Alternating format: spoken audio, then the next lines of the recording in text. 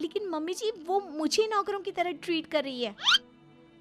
अरे तो करेगी ना, वैसे भी बहू तुम हो किस काम की, एक बच्चा तो पैदा नहीं कर सकती। जाओ अब घर के सारे काम करो और चमेली को आराम करने दो। थैंक यू मम्मी जी, भगवान आपका भला करे। आप नहीं होती तो मैं नौकरानी से महारानी कैसे बनती।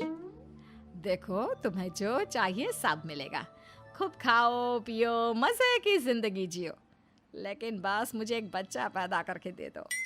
कुछ दिनों के बाद, मम्मी बच्चे के लिए आपने मेरी शादी चमेली के साथ करवा तो दी, लेकिन दिन और रात का चैन मिट गया है। सारा दिन शीतल और चमेली की बहस चलती रहती है। अब शीतल को इस घर में रखने से क्या होगा, मैं तो कहती हूँ उसे घर से निकाल दो, है भी किस काम की। मैं ऐसा नहीं कर सकता माँ, वो मेरी पत्नी है, उससे बहुत प्यार करता हूँ मैं। तुम्हारी पत्नी चमेली है, चमेली उससे प्यार करो। अरे तुम्हारे बच्चे को जन्म देने वाली है वो। अभिमन्यु, मैं खुद ही इस घर से चली जाती हूँ। वैसे भी अपने ही घर में नौकरों की तरह रहकर परेशान हो चुकी हूँ। घर की नौकरानी मेरे ऊपर हुक्म चलाती है, वो तुम्हारी पत्नी बन चुकी है। अब मेरा इस घर में क्या काम। अभिमन्यु के बार बार रोकने पर भी शीतल उस घर से चली जाती है। कुछ दिनों के बाद चमेली एक बच्चे को जन्म देती है। भगवान ने मेरी सुन ली, मेरे बेटे का घर भर गया, उसका अपना बच्चा इस दुनिया में आ गया। मम्मी जी, बच्चे को हाथ लगाने से पहले मेरी एक शर्त तो सुन लो।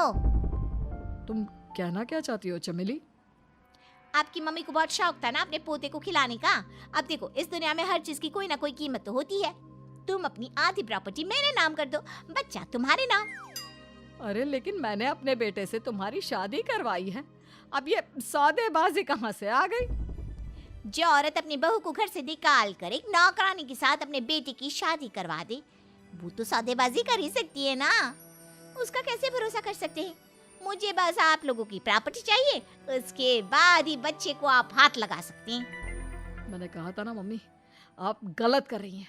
देखिए उसका नतीजा आपके सामने है। जब शीतल को पता चलता है कि अभिमन्यु और चमेली का बच्चा दुनिया में आ गया है, तो वो अपने घर पहुंचती है। अभिमन्यु, कहाँ है आपका बच्चा? क्या मैं उसे देख सकती हूँ? कुछ भी मत पूछो शीतल, माँ की हुई एक गलती हम लोगों पर भारी पड़ रही है। वो नौकरानी अपनी औकात पर आ गई है और अब हमसे अपनी आधी प्रॉपर्टी मांग रही है, वो भी बच्चे के बदले में।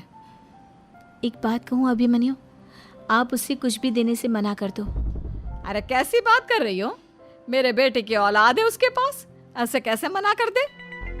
मम्मी जी, वो अभिमन्यु का बच्चा नहीं है, वो चमेली और उसके बॉयफ्रेंड का बच्चा है।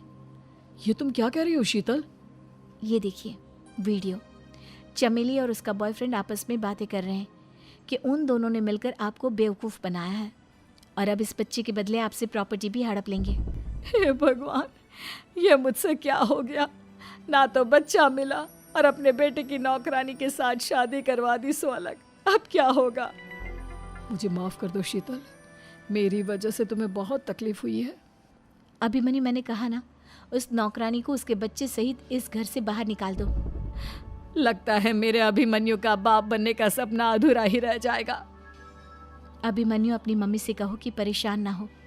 आपको याद है एक बार हम एक IVF सेंटर गए थे, मैंने फिर से वहाँ जाकर बात की थी और आपको पता है इस बार मैं प्रेग्नेंट हूँ, क्योंकि हमने वहाँ पर प्रोसीजर करवाया था जिसकी वजह से मैं प्रेग्नेंट हो गई थी और इस बात का पता मुझे बस कुछ महीने पहले ही लगा है। हमारा बच्चा इस दुनिया में आने वाला है अभिमन्यु। मुझे माफ़ कर दो शीतल बहू, मुझसे बहुत बड़ी गलती हो गई। कोई बात नहीं माँ, लेकिन अब हमें उस धोखेबाज नौकरानी को इस घर से बाहर निकालना है और इस घर की मालकिन को वापस घर लाना है, वो भी अपने बच्चे के साथ।